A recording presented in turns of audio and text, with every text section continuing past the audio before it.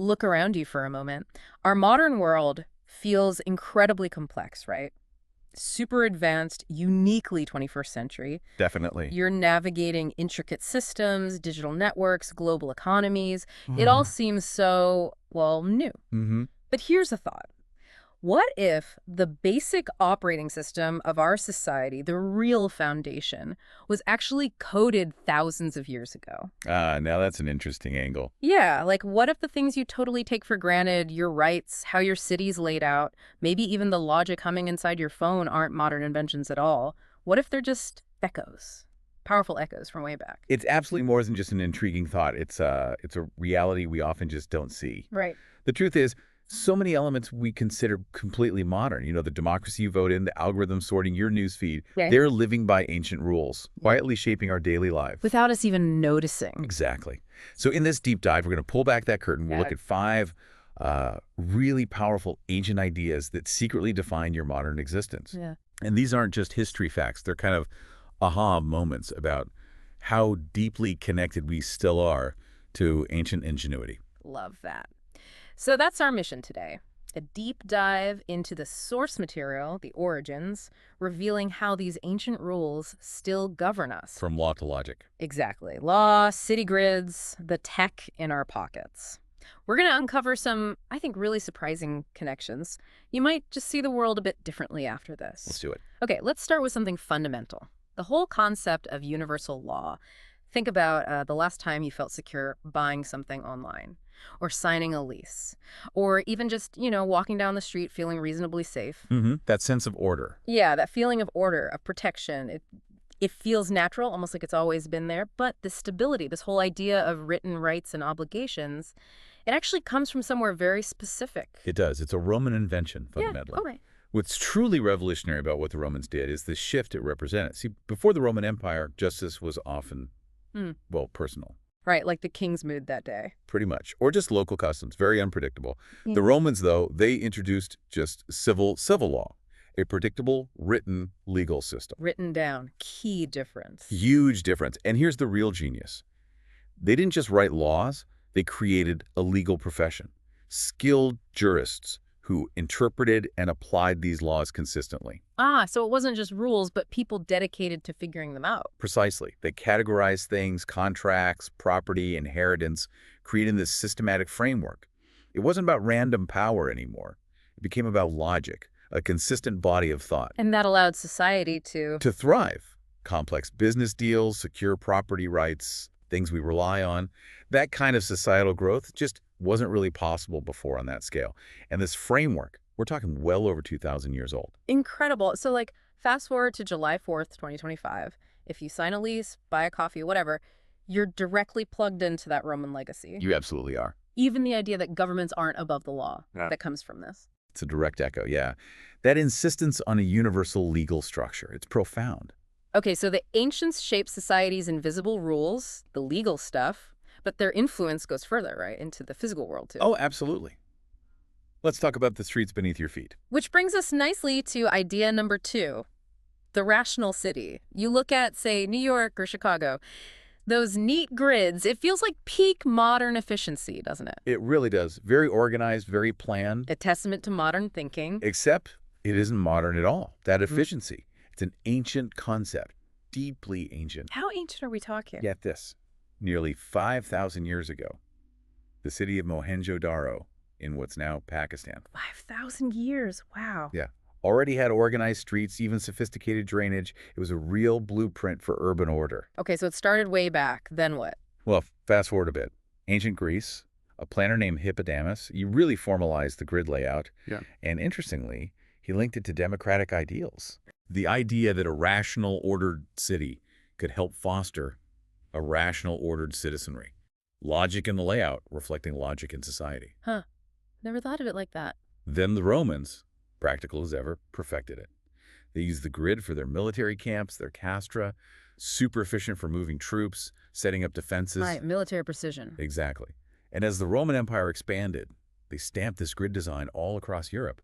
You can literally still see the Roman grid in layout of cities like Chester in England or Turin in Italy. It's right there. That's amazing. So the pattern just stuck. It did. And then it got a major revival later on. Yeah. Think about William Penn planning Philadelphia. Ah, yeah. The grid there is famous. He intentionally chose the grid. Why? To promote equality and order. A conscious choice based on that ancient model.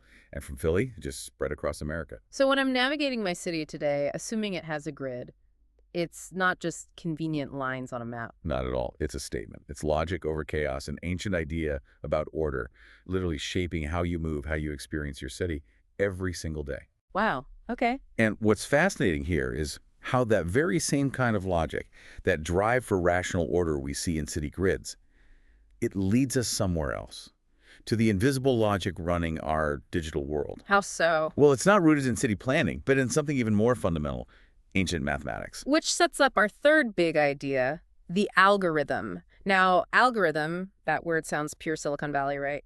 AI, machine learning, super complex, very recent. That's the common perception, definitely. But every time you check the weather app or Netflix suggests a movie or you search for something online, that's an algorithm at work. Absolutely. At its heart, it's just a set of step-by-step instructions to solve a problem or complete a task. Okay, simple enough. But where's the ancient connection? It lies deep in ancient Greece, specifically with thinkers like Euclid. Euclid, the geometry guy. The very same.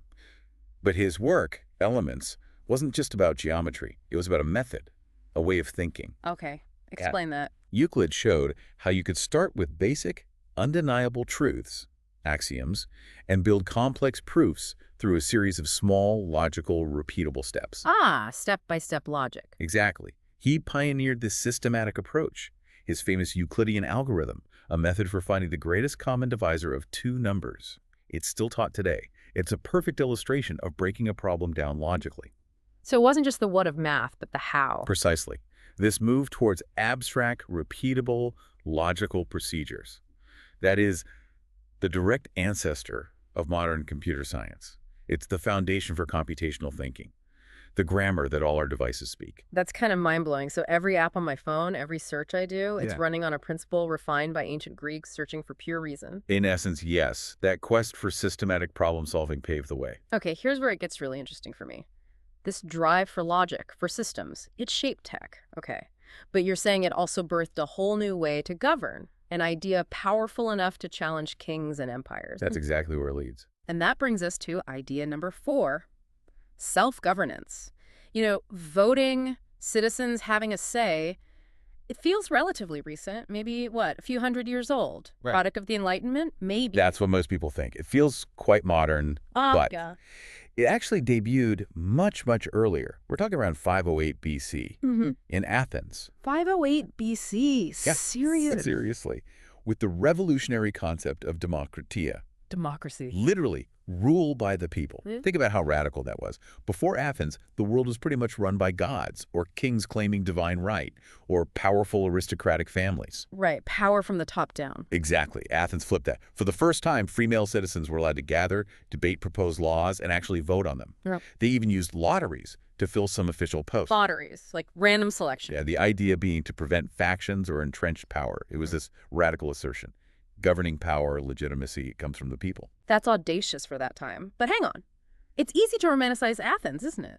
Didn't it exclude huge groups of people? Women, slaves, foreigners? No, absolutely. You're right to point that out. By our standards today, it was deeply flawed, very restrictive, no question. So how much does that ancient limited version really connect to modern democracy? It's a fair question. Yeah. But despite those crucial exclusions, the core principle that the people themselves should hold ultimate authority that was electrifying, it was powerful. The seed was planted. Exactly. It inspired leaders like Pericles and his vision of equality before the law, even within those limitations. And that core idea of popular sovereignty, it proved incredibly resilient. It survived conceptually through centuries of monarchies and empires. So it didn't just vanish. Not at all. It Right. persisted. Yeah. And eventually it burst back onto the scene, directly influencing huge events like the American and French revolutions. Wow. So my right to vote today? Traces a direct line back. That seemingly modern right you exercise. It connects straight back to that bold, ancient experiment in Athens. It's an idea still shaping nations worldwide. Amazing. Okay, so we have these big systems. Law, cities, government, all with ancient roots, all supporting us, especially maybe when we're vulnerable. Which brings us to the last idea. Yes, our fifth idea. This one offers a kind of personal safeguard, also from antiquity. And this final idea is about an ethical compass, specifically in professions like medicine. Think about it. The trust you place in your doctor, it's immense. It really is. You walk into their office, you expect them to prioritize your well-being above everything else. Act with integrity, keep your secrets. That high standard, that expectation of ethical behavior, it's not accidental. It's deeply rooted in the Hippocratic Oath. Ah, Hippocrates, the Greek physician. That's the one, sworn over 2,500 years ago. And it wasn't just, a nice suggestion. It was a foundational pledge. What did it pledge, essentially? To heal the sick, protect patient privacy, and crucially do no harm. Primum non nocere. This oath was radical because it defined medicine not just as a technical skill or a trade, but as a profoundly moral profession. Setting it apart. Yes, it instilled this powerful sense of duty, of accountability, directly to the patient, not just to a guild or a ruler. It's incredible that something so ancient still holds sway. But medicine today is so complex, right? New tech, tough ethical calls. Yeah. How does a 2,500-year-old oath really guide a modern doctor? That's a really important point. Obviously, the oath itself has been adapted, modernized over time. It has to reflect current knowledge and societal values. Right. But its core principles, they haven't changed. Do no harm, protect privacy, act in the patient's best interest. These fundamentals still guide doctors through incredibly complex modern dilemmas. Like what? Oh, navigating patient rights in the digital age, making difficult decisions about end-of-life care, ensuring informed consent with new treatments. The oath provides that ethical bedrock, that timeless standard for compassionate patient-first care. So when I see a doctor, that ancient promise is still kind of my shield. In a very real way, yes. It's a sacred trust passed down across millennia, a testament to ancient wisdom safeguarding us personally, even today. Okay, let's quickly recap. 5 incredibly powerful ancient ideas hiding in plain sight, shaping modern life. Let's list them. First, universal law from Rome protecting your property, ensuring a basis for justice. Second, the rational city, that grid layout guiding you through town, a blueprint from thousands of years ago, refined by Greeks and Romans. Still visible today. Third, the algorithm, the step-by-step logic born in ancient Greece that now powers your entire digital world. From Euclid to your apps. Fourth, self-governance, the idea, born in Athens, that you get a voice, that power comes from the people giving you your vote. A radical concept. And finally, fifth, the ethical compass, that Hippocratic Oath ensuring doctors prioritize your well-being, a standard of trust from ancient Greece. 5 pillars, really. It's truly remarkable when you lay it out like that. These aren't just, dusty historical footnotes. Not at all. They are the foundational code. The operating system, as you put it earlier, for so much of our civilization. Yeah. The ancients left this incredible mark, and their world is absolutely alive and kicking in ours. We are, in so many ways, still living within their design, their very ingenious design. It really makes you think, doesn't it?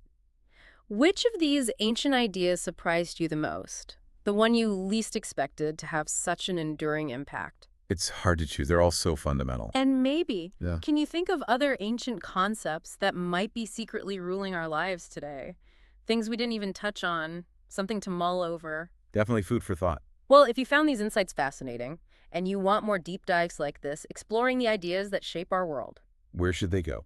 be sure to visit Mind Expansion Daily. You'll find more amazing content just like this. And hey, while you're there, please do like and subscribe. It really helps us keep these conversations going.